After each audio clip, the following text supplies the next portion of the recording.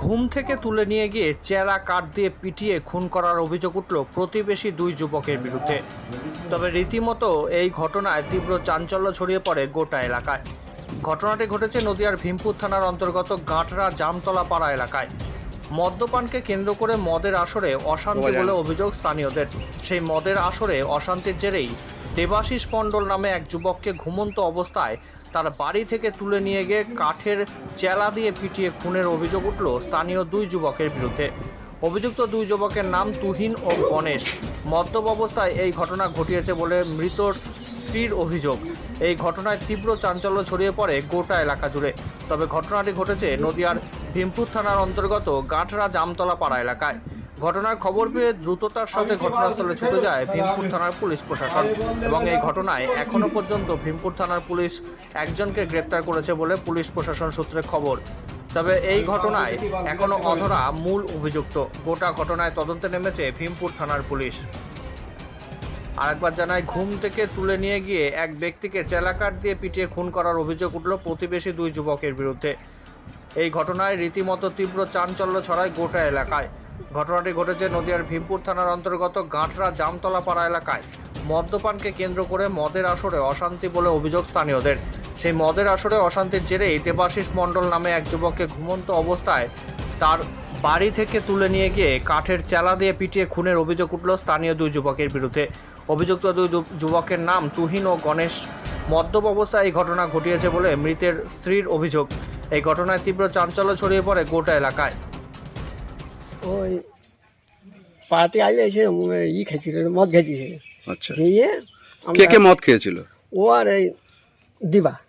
আচ্ছা, আপনার ছেলের নাম তুহিন? হ্যাঁ হ্যাঁ দিয়ে ওই আমরা ওকে নিয়ে নিয়েছিলাম। হ্যাঁ, নিয়ে এসে ঘরে রেখে দিয়েছিলাম।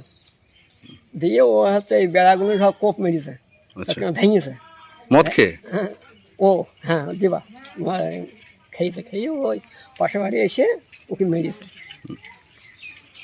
আমরা আর বেরোইনি, নিয়ে গিয়ে ওকে বলেছে নিয়ে গিয়ে ঘরে রেখে দিয়েছে, দিয়ে আর বেরোইনি আমরা। তো কি দিয়ে বাড়ি দিয়েছিল? কেনা বাড়ি দিয়েছিল কি দিয়ে? বাড়ি দিয়েছিল বলে চলা দিয়ে, ও, বাস নেই, চলা দিয়ে, চলা ছিল, চলা দিয়ে বাড়ি। এখন তুহিন কোথায়? তুই নিতে সব এইতে কৃষ্ণনগর, কৃষ্ণনগর ভীমপুর থানায় আছে। থানায় নিয়ে গেছে? হ্যাঁ। আপনার নাম? আমার নাম রঞ্জিত হালদার। এমনি অন্য কোনো ওই ছিল নাকি? অন্য না, কিছু ছিল না। কিছু ছিল না, দুই বন্ধু দুই বন্ধু। দিয়ে ওই ওদের ওখানে দোকান আছে, ওই দোকানে মদ খাইছে। দিয়ে আমার বৌমা আর আমাদের বাড়িওয়ালা নিয়ে নিছে ডেকে, যে কাল তুই বিদেশে চলে যাবি, বাড়ি আয়, ছেলে আছে, বউ আছে, আমাদের সঙ্গে তো একটু যুক্তিবার্তা করবি, বাড়ি আয়, এখন যাবি, 6 মাসের জন্য বাড়ি আসবি নি, তা তুই বাড়ি আয়। বাড়ি চলে আইছে, এসে ওর বউকে ও মেরেছে। আমি বলছি, বউকে মারছিস কেন? ওর বউকে যে মেরেছে, আর ওই দিবা এসে বউকে হচ্ছে খানকি মাগি, বাগদি খানকি তোকে শেষ করে দিয়ে আইছে। ওই পর্যন্ত দিয়ে আসার পর এত বড় দাম দা নিয়ে নিছে, সেই পাটা কাটে না, সেই দাম দা নিয়ে নিয়ে এগুলো সব কাটছে। এইটিতে আমি দরজা ঠেকাইতে পারছি না, ঠেলি যে ছেড়ে দিয়েছে আর আমাকে ফেলে দিছে, দিয়ে কেটে দেখে না কি করে দিয়েছিল এখানটায় ঘুরে দিছে। ওর মা তখন ওই দিবাকে টেনেছে যায়, আর আমি দাঁড়িয়েছে, আর এই বাড়ির একটা ছেলে, এখানে একটা বাড়ি নেই, এখানে একটা মেরেছে।